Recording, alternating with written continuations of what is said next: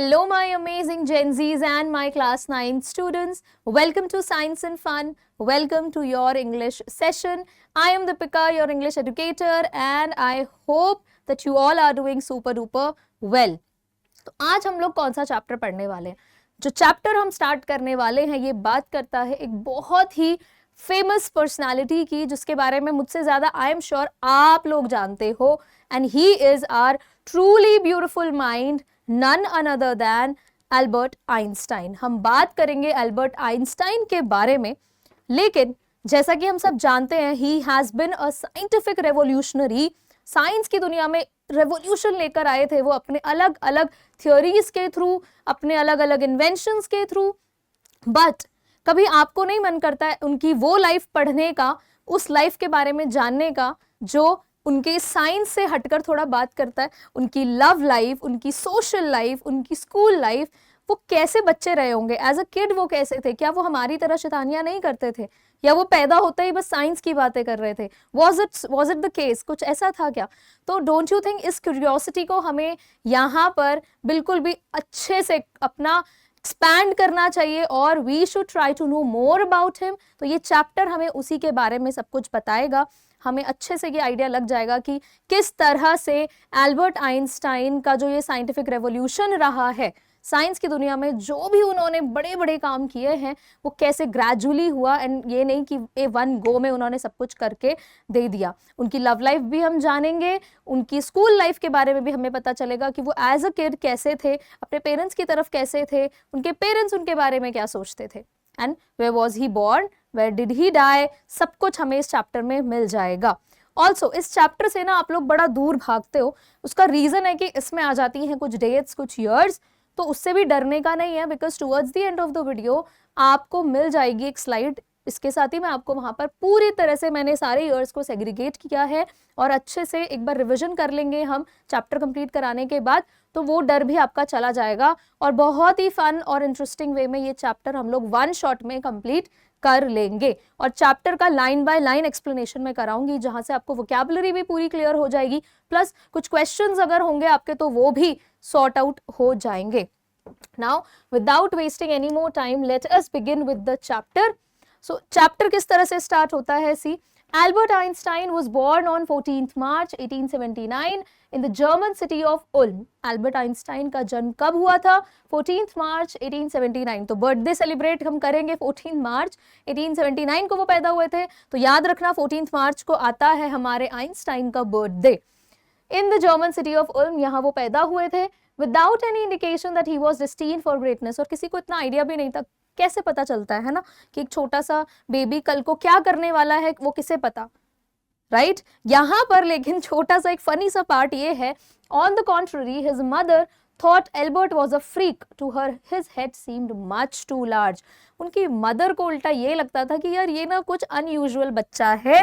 उसका पहला रीजन तो ये था कि आइंस्टाइन का जो हेड था, it looked a bit large. ठीक है, वो थोड़ा सा बड़ा था, नॉर्मल जो साइज रहता है हेड का उससे थोड़ा सा बड़ा था.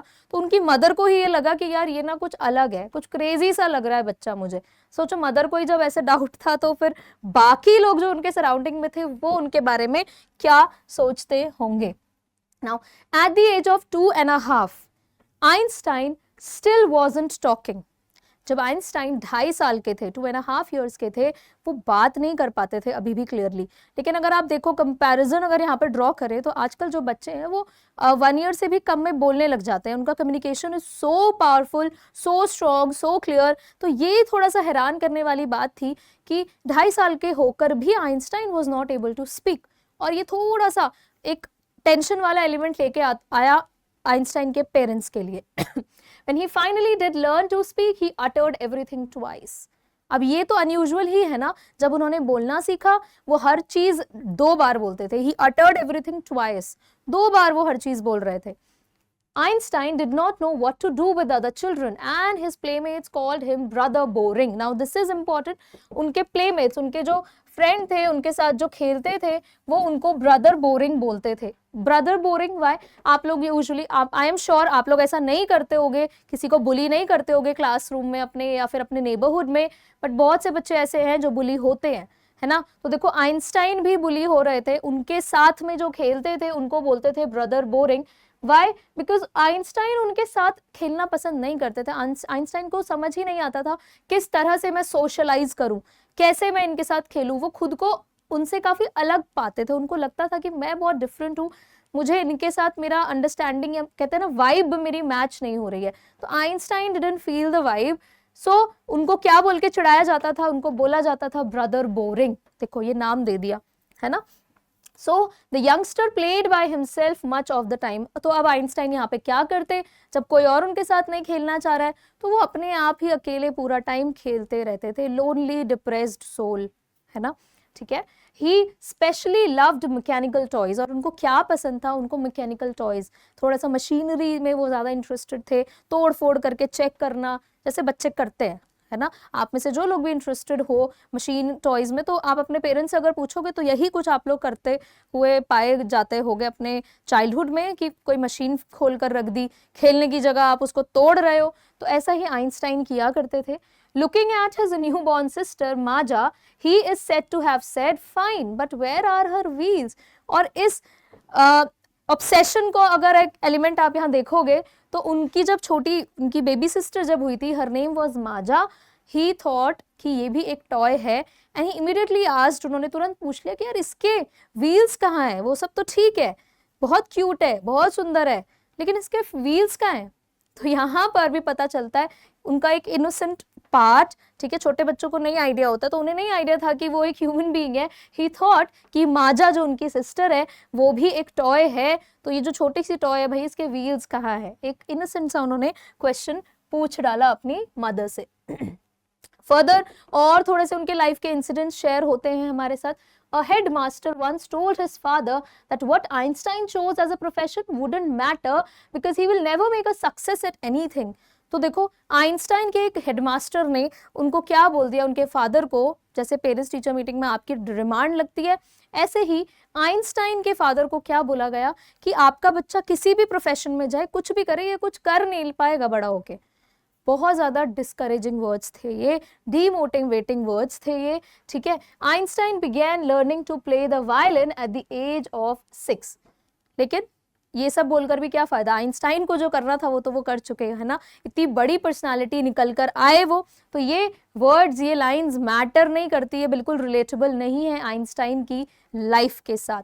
सो he also was interested in to playing violin, है ना, उनकी हॉबी भी थी। कुछ लोगों को पढ़ना पसंद होता है, किसी को गाने सुनना पसंद होता है, किसी को कुछ भी इंस्ट्रूमेंट प्ले करना पसंद होता है। Einstein was interested in playing violin, और एक छोटी एज 6 इयर्स के थे वो जब उन्होंने वायलिन बजाना सीखा। Because his mother wanted him to. He later became a gifted amateur violinist, maintaining this skill throughout his life. और ऐसा उन्होंने क्यों सीखना शुरू किया, बिकॉज उनकी मदर चाहती थी कि वो वायलिन प्ले करें, और बहुत ही ऐसा नहीं था कि वो इसमें अपना प्रोफेशन बनाना चाहते थे, एक हॉबी के तौर पर उन्होंने इसको सीखा, एंड लेटर ईयर्स में अपने वो बहुत अच्छा वायलिन प्ले करते थे। वो एक बिगनर नहीं बल्कि एक प्रोफेशनल हो गए बहुत ही वायलिन प्ले करने में, बट उनका करियर तो साइंस से ही जुड़ा हुआ था, तो ये एज अ हॉबी उन्होंने डेवलप कर लिया। यहाँ पर एक वर्ड यूज हुआ है, it's amateur. What does it mean? It is doing something for personal enjoyment rather than as profession. तो ऐसा नहीं है कि अगर किसी को कुछ पर्टिकुलर, आजकल जैसे बच्चे इंस्टाग्राम पे स्टोरीज डालते रहते हैं, यूकुलेले प्ले करते हैं, है ना, तो ऐसा नहीं है कि वो उससे प्रोफेशन ही अपना डेवलप करना चाहते हैं, that is a different thing, but उसको अपना एक हॉबी, है ना, अपने पर्सनल एंजॉयमेंट के लिए भी तो प्ले करते हैं। तो ऐसी ही एक हॉबी थी वायलिन प्ले करना, किसकी, हमारे एल्बर्ट आइंस्टाइन की। आई एम श्योर ये आपको नहीं पता होगा इससे पहले, है ना। साइंस और फिजिक्स मैथ्स के साथ तो एसोसिएट करते थे, बट क्या वायलिन प्ले करते थे आइंस्टाइन, ये नहीं पता होगा। But Albert Einstein was not a bad प्यूपिल। Now प्यूपिल here is student, हम प्यूपिल कैसे बोलते हैं, स्टूडेंट को। अब भले ही उनके हेडमास्टर के इतने डिस्करेजिंग वर्ड्स थे, लेकिन जो आइंस्टाइन थे वो as a student he was not bad. ऐसा नहीं था कि उनके मार्क्स कम आते थे। He went to high school in Munich, where Einstein's family had moved when he was 15 months old, and scored good marks in almost every subject. जब Einstein 15 months के थे, हार्डली 1.5 years के जब वो थे, तब उनके पेरेंट्स कहाँ शिफ्ट हो गए थे, म्यूनिक में ही, तो वहीं उन्होंने अपना हाई स्कूल कंप्लीट किया and he scored good marks in almost every subject, her subject में उनके अच्छे मार्क्स आए। Einstein hated the schools regimentation. अब जैसे हमें भी अपने स्कूल्स के रूल वगैरह नहीं पसंद आते हैं, आप लोगों के साथ भी यही होता है, उफ यार सुबह सुबह बुला लेते हैं 7 बजे, है ना, इतना सारा होमवर्क दे देते हैं, कंपल्सरीली हमें वो ड्रेस पहनना पड़ता है, यूनिफॉर्म पहनना पड़ता है, we don't want to, we want to style it in our own way, ऐसा सोचते हैं ना हम लोग। तो बिल्कुल ऐसा ही, नॉट एग्जैक्टली ऐसा, बट रूल्स एंड रेगुलेशन से बड़ी प्रॉब्लम थी हमारे आइंस्टाइन को। He hated those rules and often clashed with his teachers, और इसका रिजल्ट ये होता था कि टीचर्स के साथ क्लैश हो जाता था। लेकिन यार इसका ये मतलब नहीं है कि जाके कल तुम बोलो अपने टीचर को कि मैम हमें आइंस्टाइन बनना है, so let us have a clash, चलो लड़े, ऐसा नहीं करना है, ठीक है। उनके पास वैलिड रीजंस थे, उनके टीचर्स उनको बहुत ज़्यादा डिस्करेज करते थे, डीमोटिवेट करते थे, राइट, डिस्पाइट कि उनके मार्क्स अच्छे आते थे, he was good at his studies, लेकिन फिर भी उनको बहुत ज़्यादा डीमोटिवेशन मिलता था। At the age of 15, Einstein felt so stifled there that he left the school for good. 15 years के थे जब हमारे आइंस्टाइन, उनको इतना ज़्यादा वहाँ पर स्टाइफल्ड फील हो रहा था, वो बहुत ज़्यादा खुद को डिस्करेज्ड फील कर रहे थे, was not able to breathe there properly. वो स्कूल में उनको बहुत ज़्यादा बाउंडेशन लग रहा था, वो बहुत ज़्यादा बाउंड फील कर रहे थे। तो फाइनली जब वो 15 साल के हुए, उन्होंने स्कूल छोड़ दिया फॉर गुड। फॉर गुड का मतलब क्या होता है, अपने फायदे के लिए, है ना, फॉर हिज ओन बेनिफिट, उन्होंने अपने फायदे के लिए स्कूल छोड़ दिया, right. Then the previous year Albert's parents had moved to Milan and left their son with relatives, और उसके बाद उनके पेरेंट्स ने उन्हें रिलेटिव्स के साथ छोड़ा और कहाँ शिफ्ट हो गए, मिलान शिफ्ट हो गए। After prolonged discussion, Einstein got his wish to continue his education in German-speaking Switzerland in a city which was more liberal than Munich. Liberal का क्या मतलब होता है, थोड़ा सा फ्री माइंडेड जहाँ लोग होते हैं। लिबरल किसे कहा जाता है, जो थोड़ा फ्री माइंडेड हो या कह लो ओपन माइंडेड हो, जहाँ इतना ज्यादा रेस्ट्रिक्शन ना हो। तो अब उन्होंने स्कूल तो छोड़ दिया था, तो ऐसा थोड़ी है कि उनको पढ़ाई छोड़ देनी थी। तो बहुत ज़्यादा डिस्कशन के बाद फाइनली क्या डिसाइड हुआ कि अब एल्बर्ट आइंस्टाइन कहाँ जाएंगे, वो जाएंगे स्विट्जरलैंड। इतनी ब्यूटीफुल सी कंट्री है, ठीक है, ब्यूटीफुल सा लैंड है, वहाँ जाएंगे, स्विट्जरलैंड जाएंगे, in a city which was more liberal than Munich. जो एक्चुअली म्यूनिक में जैसा उनके साथ होता था स्कूल में, बाउंडेशंस थी, इतने ज़्यादा रेजिमेंटेशन थे, रूल्स एंड रेगुलेशंस थे, तो यहाँ पर थोड़ी सी जो ये जगह है, इट इज़ लिबरल, थोड़ा फ्री है, वो अपने हिसाब से अपनी पढ़ाई पर फोकस कर सकते हैं, जिसमें उन्हें इंटरेस्ट है ये वो कर सकते हैं। अथवा स्कूल्स में कई बार ऐसा होता है कि जो आपको नहीं करना है, जिसमें आपका इंटरेस्ट नहीं है, आपको वो भी करने को दे दिया जाता है। So Albert Einstein, he thought कि now I am moving to a better place. Einstein was highly gifted in mathematics and interested in physics. ये तो हमें पता ही है कि वो कितने बड़े मैथमेटिशियन थे, गिफ्टेड मैथमेटिशियन थे, लेकिन फिजिक्स में भी वो बहुत अच्छे थे। और रिलेशन हम समझते हैं फिजिक्स और मैथ्स का, मैथ्स अच्छी नहीं है तो थोड़ा सा फिजिक्स में हम लोग स्ट्रगल कर सकते हैं, राइट। तो थोड़ा सा ये इंटरकनेक्टेड दोनों सब्जेक्ट्स हैं। आइंस्टाइन ने दोनों में ही फ्लरिश किया था, बहुत ही अमेजिंग मैथमेटिशियन थे, प्लस फिजिक्स में उतने ही इंटरेस्टेड थे। And after finishing school he decided to study at a university in Zurich. अब स्कूल उनका खत्म हो गया था, अब हायर एजुकेशन के लिए जाना है, तो कहाँ गए वो गए यूनिवर्सिटी इन ज्यूरिक, ज्यूरिक की यूनिवर्सिटी में वो गए। But science wasn't the only thing that appealed to the dashing young man with the walrus mustache. Now see, इनकी mustache को specifically नाम दे दिया है walrus mustache, ठीक है। इनकी जो मूछ थी वो walrus के mustache जैसी थी, that is why it is referred to as walrus mustache, ठीक है, याद रखोगे आप, ओके। सो अच्छा, बाय द वे कमेंट्स में भी आप मुझे बता दो और किसके वॉलरस मस्टैच होते हैं, अगर आपने कभी देखा हो किसी भी फेमस सेलिब्रिटी का, इफ़ यू नो तो मुझे बताओ फटाफट से कमेंट्स में कि वॉलरस मस्टैच, और हमारे कौन से फेमस पर्सनालिटी, कोई भी हो सकता है, he might be an actor, a politician, कोई भी हो सकता है, कोई भी साइंटिस्ट आप बता सकते हो जिसका वॉलरस मस्टैच है। अब ऐसा नहीं है कि सिर्फ साइंस ही उनको अपील करता था, साइंस में ही उनको इंटरेस्ट आता था, यहाँ पर और भी बहुत सारी चीज़ें थी जिसमें वो इंटरेस्ट लेते थे।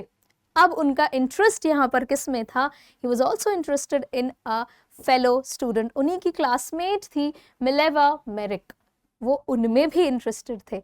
तो ऐसा नहीं है कि आइंस्टाइन की कोई फीलिंग ही नहीं है, आइंस्टाइन का कोई दिल ही नहीं है, ऐसा थोड़ी है। साइंस से ही थोड़ी, वो साइंस साइंस साइंस के लिए थोड़ी बने हैं वो पूरा टाइम, है ना। उनके पास भी तो एक उनका भी हार्ट पंप करता है ना, ब्लड के अलावा भी उनको लगता होगा कि मुझे भी अपनी लव लाइफ को फ्लरिश करना है। So he was interested in a fellow student जिसका नाम है मिलेवा मेरिक, नाम याद रखना आप इनका, whom he found to be a clever creature। क्या बोलते थे वो, कहते थे यार ये बहुत क्लेवर क्रीचर है। उनकी क्लास में और भी बहुत से लोग थे, बट उनको अपने जैसी जिसके साथ वाइब मैच होती थी, तो वो कौन थी, मिलेवा मेरिक। ठीक है, तो हो सकता है आइंस्टाइन कहते होंगे वाइब तेरी मेरी मिल लिया, है ना। तो किसके साथ मिली उनकी वाइब, मिलेवा मेरिक के साथ। This young Serb had come to Switzerland because the university in Zurich was one of the few in Europe where women could get degrees। और पहले के टाइम पे क्या होता था, it was extremely difficult for ladies, for women to pursue their education। पढ़ना बहुत मुश्किल होता था पहले लेडीज के लिए, अब तो सब कुछ हम लोग कर सकते हैं, लेकिन पहले इट वॉज एक्सट्रीमली डिफिकल्ट। तो मिलेवा मेरिक का इस तरह से बढ़ चढ़कर यूनिवर्सिटी में एडमिशन लेना, it was a big thing, right. तो यहाँ पर वो आई थी पढ़ने के लिए, बिकॉज यूरिक की जो ये यूनिवर्सिटी थी, यहाँ पर वो डिग्रीज थी जो इनको, जिसमें अपनी हायर स्टडीज करनी थी। Einstein saw in her an ally, Einstein को इनमें अपना एक कंपेनियन दिखा, एक फ्रेंड दिखा, okay, companion against the Philistines. अब फिलिस्तीन्स इन्होंने वर्ड यूज किया है, ये एक्चुअली किसको रेफर कर रहा है, आउट ऑफ एवरीवन मिलेवा मेरिक को में ही इनको अपना फ्रेंड क्यों दिखा, बिकॉज बाकी लोग जो थे ना वो इनके साथ हमेशा ऑड्स में रहते थे, दे वर कॉन्स्टेंटली एट ऑड्स, मतलब बाकियों के साथ इनको बिल्कुल भी वो फील नहीं आता था, इनके इंटरेस्ट्स अलग थे। एल्बर्ट आइंस्टाइन को जिन चीज़ों में इंटरेस्ट था बाकी लोगों का उसमें कोई इंटरेस्ट नहीं था, तो वो मैच नहीं हो पाया था। लेकिन यहाँ पर उन्होंने फिलिस्तीन जो वर्ड यूज किया है, it basically refers to people who refused to see the beauty or the value of art or culture। तो Albert Einstein science art culture में बहुत ज़्यादा इन्वॉल्व थे, उनको बहुत पसंद थी ये सब चीज़ें, लेकिन बाकी लोगों को वो फिलिस्तीन समझते थे, उनके आइडियाज़ मैच नहीं होते थे एल्बर्ट आइंस्टाइन के साथ। सो फाइनली जो एक इकलौती इंसान थी वहाँ पर जिनके साथ उनको थोड़ा लगा कि ओके वी आर कनेक्टेड, वो थी Mileva मेरिक। The couple fell in love and eventually उनकी love life develop कर रही थी, grow कर रही थी, they fell in love, दोनों को प्यार हो गया। Letters survive in which they put their affection into words, mixing science with tenderness। और बहुत letters भी मिले हमारे इन दोनों के लव लाइफ को जो डिस्कस करते हैं, और इनके लेटर्स कैसे रहते होंगे, क्या बातें करते होंगे ये दोनों, तो वो भी यहाँ पर आया है हमारे पास। इनकी जो लव लाइफ थी और इनके जो लव लेटर्स थे उसमें साइंस तो कहीं दूर दूर तक आप ऐसा छोड़ ही नहीं सकते हो। अब इतने बड़े रेवोल्यूशनरी थे एल्बर्ट आइंस्टाइन, तो साइंस से कैसे पीछा छुड़ा लेंगे, अपनी लेटर्स में भी ये साइंस को ही इंक्लूड कर देते थे। तो ऐसा नहीं था कि थोड़ा बहुत अफेक्शन भी था, लव के साथ साइंस भी मिक्स कर देते थे। तो ऐसा नहीं बोलते थे कि मैं तेरे लिए चांद या ये तोड़ कर ले आऊँगा, तारे तोड़ कर ले आऊँगा, वो कहते थे हम साथ में क्या करेंगे, हम साथ में अपने अलग अलग प्रोजेक्ट्स पर काम करेंगे, हमारे जो वर्क्स हैं रिलेटिविटी वाले, जितनी भी प्रिंसिपल्स इन्होंने निकाले रिलेटिविटी से रिलेटेड, हम साथ में उसे अचीव करेंगे। तो एल्बर्ट आइंस्टाइन यहाँ पर ये नहीं बोलते थे कि मैं तुम्हारे लिए ताजमहल बनवा दूंगा या मैं तुम्हारे लिए कोई बहुत बड़ा मॉन्यूमेंट बना के ले आऊँगा या हम साथ में सनसेट देखेंगे, नो। यहाँ पर वो क्या सोचते थे दोनों, उनके लव लेटर्स में ये स्पेसिफाई किया गया, दिखा है लोगों को, लोगों ने पढ़ा है, जो कि गलत बात है, बट ये विजिबल है क्लियरली क्या, that they used to say that we both have brought our work on relativity to a victorious conclusion। कि भाई रिलेटिविटी पे जो हम काम कर रहे हैं उस पर हम अपनी जीत जरूर पाएंगे, हम एक अच्छा कंक्लूजन दोनों मिलकर निकालेंगे। सो सी, साइंस से आप एल्बर्ट आइंस्टाइन को दूर कर ही नहीं सकते, B it love, B it war, anything. तो यही तो मुझे लगता है सच्चा प्यार है ना आपका। आप आइंस्टाइन का पहला प्यार था साइंस, दूसरा प्यार हो गई हमारी प्यारी सी मेरिक, राइट। लेकिन आइंस्टाइन ने अपने पहले प्यार को नहीं छोड़ा, दोनों को मिक्स कर दिया, ठीक है, प्यार के साथ साथ साइंस भी आ गई यहाँ पर। तो इस तरह से their love story it flourished. In 1900 finally at the age of 21, अब सिर्फ लव लाइफ के बलबूते पर तो नहीं चलेगा, करियर में भी कुछ करना था. So Albert Einstein was a university graduate and unemployed. अब ग्रेजुएशन तो इनकी हो गई थी, कौन से ईयर में, 1900 में. 21 ईयर्स के थे, इनकी ग्रेजुएशन कंप्लीट हो गई, लेकिन अभी भी ये अनएम्प्लॉयड थे. इंस्टेंट इनको जॉब नहीं मिली.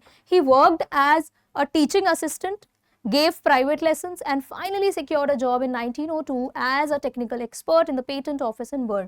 और बर्न में finally, which is in Switzerland, जहाँ इनकी जॉब लग गई. ठीक है, एज अ टेक्निकल असिस्टेंट इन्होंने काम किया. उससे पहले, जॉब लगने से पहले 1900 और 1902, इन दोनों, ये 2 साल का जो गैप है, इस बीच में उन्होंने क्या किया, he worked as a teaching assistant, as a teacher इन्होंने काम किया, प्राइवेट लेसन्स भी देते थे ये बच्चों को, राइट. एंड 1902 में फाइनली टेक्निकल एक्सपर्ट ये बन गए. कहाँ बन गए, in Bern. Okay, while he was supposed to be assessing other people's inventions, Einstein was actually developing his own ideas in secret. अब एज अ टेक्निकल एक्सपर्ट वो क्या करते थे, दूसरों के प्रोजेक्ट्स में उनको असिस्ट करते थे, हेल्प करते थे, लेकिन साइड बाय साइड उन्होंने अपनी क्यूरियोसिटी को हॉल्ट नहीं लगाया. वो खुद भी कुछ ना कुछ इन्वेंट करने की कोशिश में लगे रहते थे.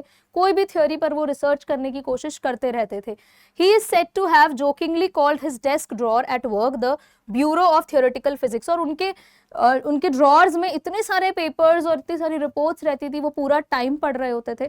पढ़ने का मतलब ये नहीं कि बुक लेके बैठ जाते थे. He was constantly researching on things, बहुत सारी साइंटिफिक चीज़ों पर वो रिसर्च करते थे. और इसीलिए जोकिंगली उनके जो ऑफिस का जो ड्रॉअर था, वहाँ पर इतने पेपर्स थे कि उसको क्या नाम दिया गया, ब्यूरो ऑफ थियोरेटिकल फिजिक्स. कि भाई वो पूरा का पूरा एक ऑफिस है, वो ड्रॉअर नहीं, वो पूरा एक ब्यूरो है, वो एक ऑफिस है, एजेंसी है, जहाँ पर फिजिक्स की थ्योरीज के बारे में बात होती है.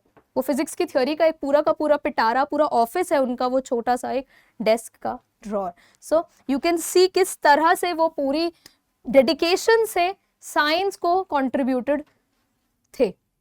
One of the famous papers of 1905 was Einstein's special theory of relativity, according to which time and distance are not absolute. Now, यहाँ पर मैं बहुत ज़्यादा साइंस की बात नहीं करने वाली हूँ, हम लोग साइंस में नहीं घुसेंगे, उसके लिए आशु सर है आपके पास, लेकिन बस हम इतना जानेंगे कि उनका एक बहुत फेमस पेपर था 1905 में जो पब्लिश हुआ, which was special theory of relativity, जिसके हिसाब से टाइम और डिस्टेंस जो है वो एब्सोल्यूट नहीं है.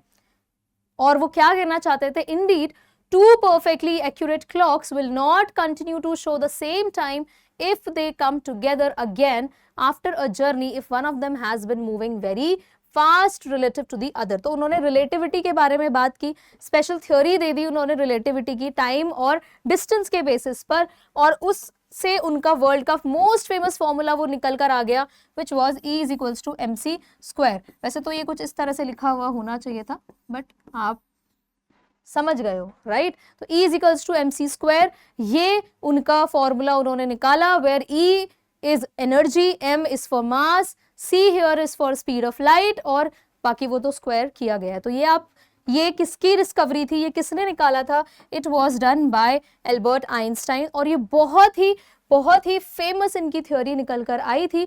While Einstein was solving the most difficult problems in physics, his private life was unraveling. और जहां हमारे आइंस्टाइन अपनी इस प्रोफेशनल लाइफ में लगे हुए थे, डिस्कवरीज पे डिस्कवरीज कर रहे थे, उनकी जो पर्सनल लाइफ थी वहां भी बड़ा प्रॉब्लम था. ठीक है, उनकी पर्सनल लाइफ में भी प्रॉब्लम आ रही थी. Albert had wanted to marry Mileva right after finishing his studies, but his mother was against it. अब जैसे ही 1900 में हमारे आइंस्टाइन की ग्रेजुएशन कंप्लीट हुई, वो चाहते थे शादी करना. किससे शादी करना, मिलेवा से उनको शादी करनी थी, लेकिन उनकी मदर बीच में आ गई. जैसा टिपिकल बॉलीवुड स्टोरीज में होता है, दो प्यार करने वालों के बीच में एक विलन तो आ ही जाता है, और यहाँ पर वो विलन कौन है, ये विलन है उनकी मदर. लेकिन प्यार करने वालों को कौन रोक सकता है, तो यहाँ पर आइंस्टाइन नहीं रुके. लेकिन यहाँ पर पॉइंट ये है कि ऐसा क्या था कि आइंस्टाइन की मदर शी डिडंट वांट कि मिलेवा से शादी हो. तो उसके क्या रीजंस थे, अगर ये क्वेश्चन बनता है आपका 2 मार्क का क्वेश्चन आता है. So she thought Mileva who was 3 years older than her son was too old for him. अब पहला रीजन था मिलेवा की एज का. Mileva was 3 years older than Einstein.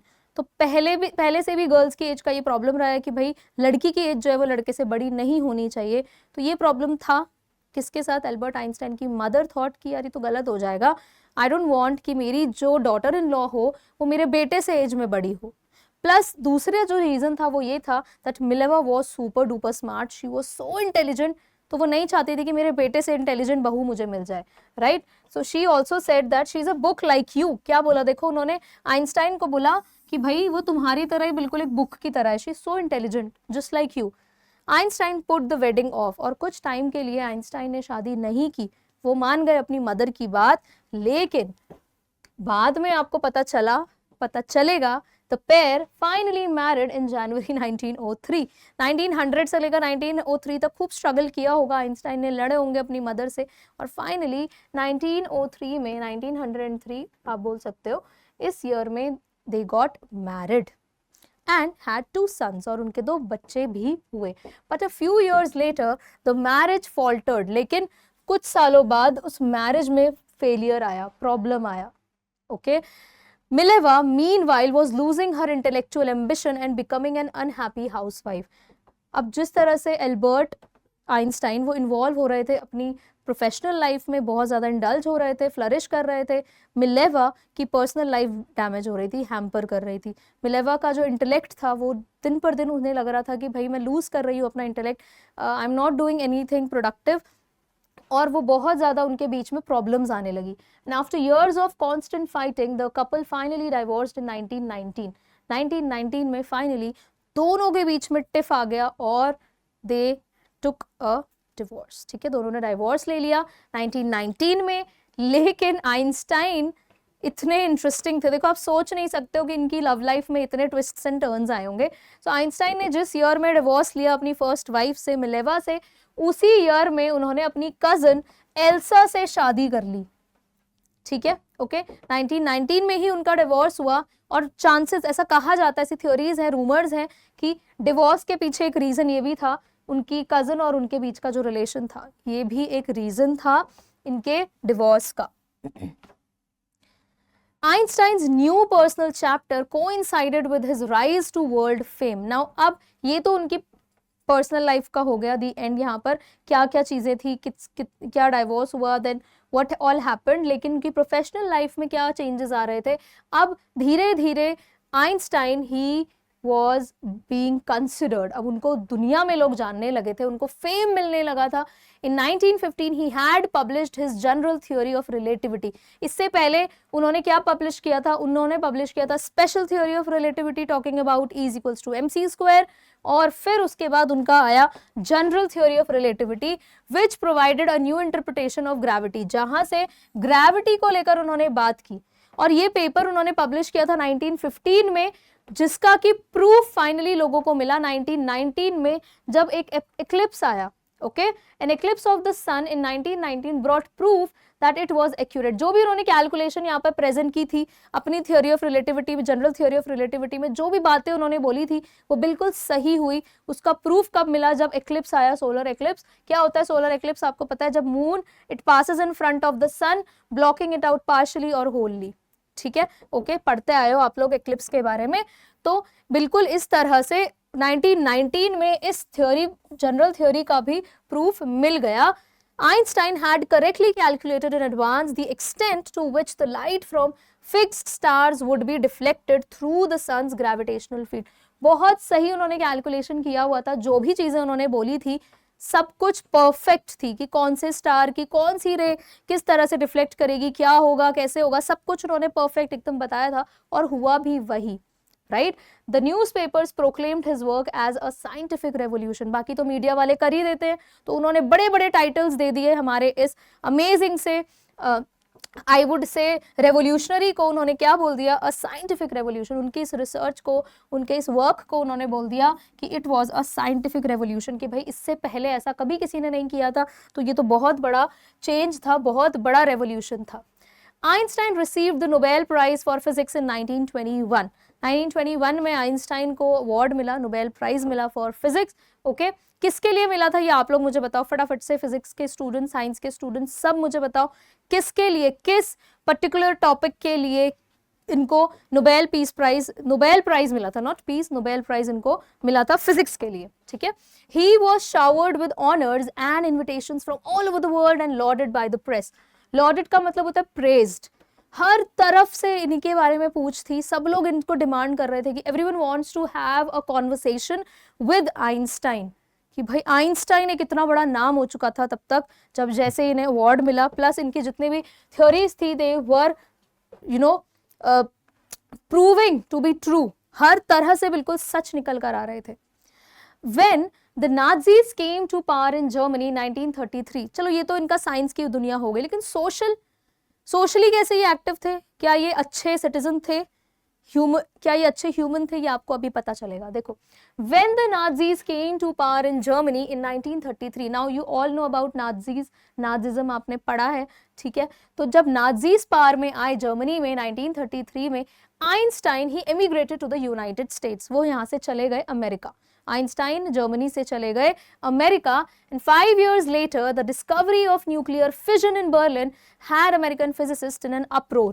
in an uproar का मतलब होता है अपसेट हो जाना, और जैसे ही 5 साल बाद, 1933 के 5 साल बाद, the discovery of nuclear fission, nuclear fusion, ये सब आप लोग जानते हो, these are all scientific terms, science की दुनिया में ये टर्म्स यूज होते हैं, ठीक है। तो न्यूक्लियर फिजन की जो डिस्कवरी हुई बर्लिन में, इसकी वजह से अमेरिकन फिजिसिस्ट जितने भी थे, फिजिक्स की पढ़ाई करने वाले, सभी लोग बहुत ज्यादा अपसेट हो गए, ठीक है। Many of them had fled from fascism, बहुत से लोग इस चीज से दूर भाग गए। फासिज्म का मतलब क्या होता है? Fascism it's a political system जहां पर ऑपोजिशन को अलाउड नहीं होता है प्रेजेंट होना, ठीक है, ओके। तो बिल्कुल वैसे आइंस्टाइन का भी यही ओपिनियन था, सो ही ऑल्सो फ्लेड अवे, वो जर्मनी से चले गए थे। And now they were afraid the Nazis could build and use N atomic bomb, और अब वो इस टेंशन में थे कि यार ये जो नाजीज हैं ये पक्का एक एटॉमिक बॉम्ब बनाएंगे और इससे प्रॉब्लम क्रिएट करेंगे बाकी लोगों के लिए। तो ह्यूमैनिटेरियन ग्राउंड पे ये बहुत डेंजरस होने वाला था, और इसी की वजह से बहुत से लोगों ने रिक्वेस्ट किया आइंस्टाइन को कि आप एक काम करो, एक लेटर लिख दो। किसको लिख दो? Letter to the American president Franklin D Roosevelt, he is the person. बोला कि आप इनको लेटर लिखो, ठीक है, टॉक टू हिम, हो सकता है आपकी बात सुनेंगे।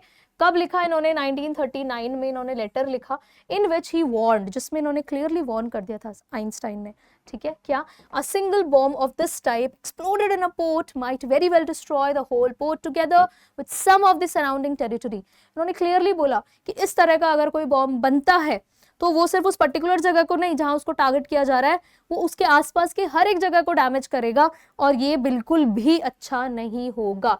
His words did not fail to have an effect. कुछ नहीं हुआ, ठीक है। रूजवेल्ट ने इस पे इतना ध्यान नहीं दिया, उल्टा the Americans developed the atomic bomb in a secret project of their own and dropped it on the Japanese cities of Hiroshima and Nagasaki in August 1945. उल्टा उन्होंने क्या किया?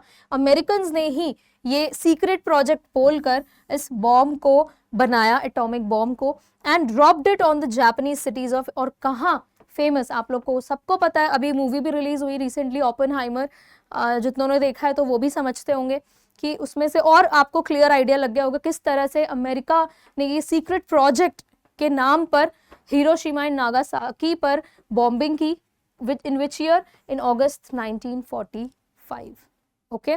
तो कुछ भी ऐसा असर हुआ नहीं, इससे आइंस्टाइन को बहुत बुरा लगा। He was deeply shaken by the extent of the destruction, he was so shocked कि यार ऐसा कैसे हो सकता है, how can someone be so cruel कि किसी पर टेस्टिंग के नाम पर उन्होंने इतना बड़ा अटैक कर दिया कि जिसके इम्पैक्ट आज तक हैं।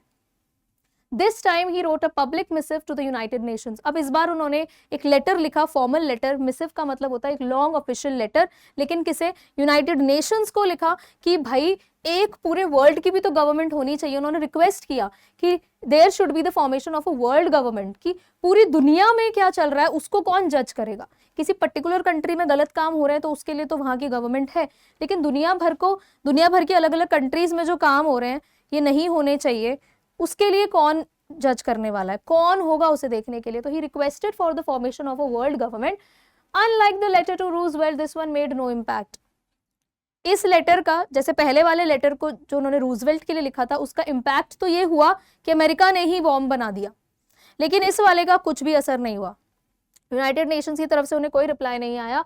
But over the next decade Einstein got ever more involve in politics. तो आइंस्टाइन शायद यहाँ से समझ गए थे कि ऐसे तो नहीं होने वाला है. So he got himself involve into politics. उन्होंने पॉलिटिक्स में पार्ट लेना शुरू किया. Agitating for an end to the arms build up and using his popularity to campaign for peace and democracy. और यहाँ से उन्होंने कैंपेन लगाने शुरू कर दी, कैंपेन डालनी शुरू कर दी. क्यों? उनको पता था कि अब मैं पॉपुलर पर्सनालिटी बन चुका हूँ, मेरा फेम है, लोग मुझे जानते हैं, तो मैं अपनी इस फेम का पॉजिटिव यूज क्यों ना करूँ और सोसाइटी को सर्व करूँ.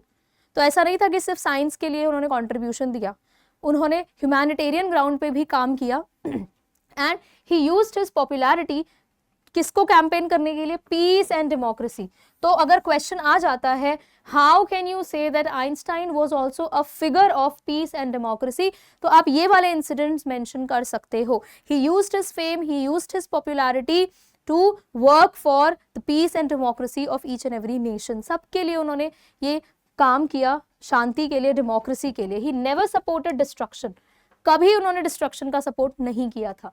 When Einstein died in 1955 at the age of 76, he was celebrated as a visionary and world citizen as much as a scientific genius. तो आज तक जिसको हम scientific genius के नाम से ही जानते आए हैं, एक्चुअली में वो एक वर्ल्ड सिटीजन भी जाना जाना चाहिए. ठीक है, विजनरी थे वो बहुत बड़े. विजनरी कौन होता है? Visionary is a person who can think about the future in an original and intelligent way. वो बहुत ओरिजिनल और इंटेलिजेंट तरह से हमारे वर्ल्ड को देखते थे, फ्यूचर को वो देखते थे. ओके, साइंस से सिर्फ डिस्ट्रक्शन करना उनका बिल्कुल भी गोल नहीं था. He wanted to work for the society और पॉजिटिव एस्पेक्ट को लेकर, राइट. और इसी से ये चैप्टर कंप्लीट होता है. और थोड़ा सा मोटिवेशन भी मैं आपको देना चाहूंगी.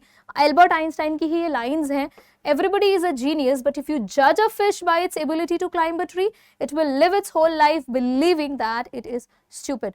क्या बोल रहे हैं आइंस्टाइन? देखो, समझो, आपके लिए लेसन दे रहे हैं कि भाई हर कोई जीनियस होता है, लेकिन अगर एक फिश को कहोगे कि पेड़ पर चढ़े, तो यार वो तो अपनी एबिलिटीज पर डाउट करेगा ही ना, वो खुद को तो स्टूपिड समझेगा ही ना. तो फिश थोड़ी क्लाइंब कर सकती है. तो सही टैलेंट को पहचानना है बस, और कुछ नहीं है. बाकी सभी जीनियस है, सभी, एवरीवन. ठीक है. अब जो मैंने आपको प्रॉमिस किया था इनिशियल कि भाई सारे ईयर्स मैंने सेग्रीगेट कर दिए हैं, तो ये रहा, मैं अपना प्रॉमिस पूरा करा. ठीक है, फटाफट से एक बार हम जल्दी से एज देख लेते हैं, ईयर्स देख लेते हैं. सो 1879 में उनका बर्थ हुआ था. He was born. 1900 में ही कंप्लीटेड हिज ग्रेजुएशन, जब वो 21 ईयर्स के थे. 2 साल लगे उन्हें अपनी फर्स्ट जॉब ढूंढने में. एज अ टेक्निकल एक्सपर्ट उन्होंने काम किया इन बर्ड. इस बीच में उन्होंने क्या किया था? He worked as a teaching assistant. ठीक है, उन्होंने एक टीचिंग असिस्टेंट की तरह काम किया. तो ये आप लिख सकते हो.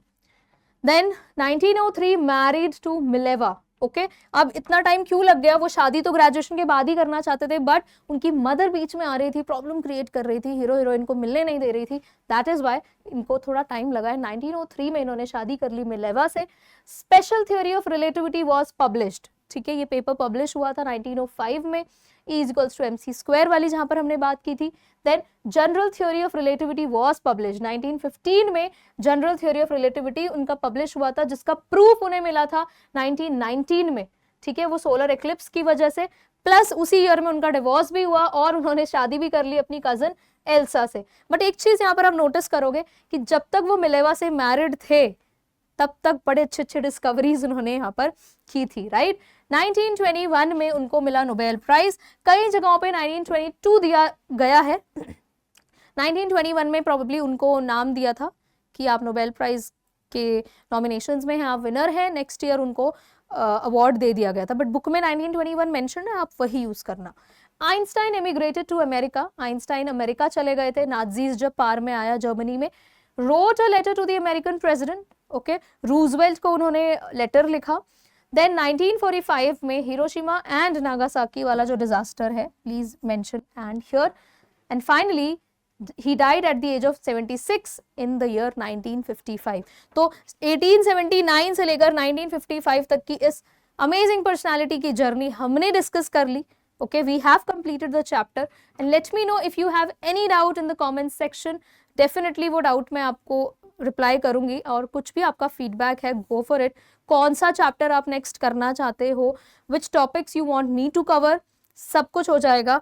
बाकी आप लोग अच्छे से इसको रिवाइज करना चैप्टर को. It is an interesting and amazing chapter, बहुत ज़्यादा डिफिकल्ट नहीं है. डेट्स ये रही, फन पार्ट हमने कर लिया है चैप्टर का cover, that is it. And यहाँ पर आपका ट्रूली ब्यूटिफुल माइंड जो है वो कंप्लीट हो जाता है with you beautiful minds, right. अब मैं आपको मिलूंगी नेक्स्ट क्लास में. Till then keep learning, keep smiling, bye bye.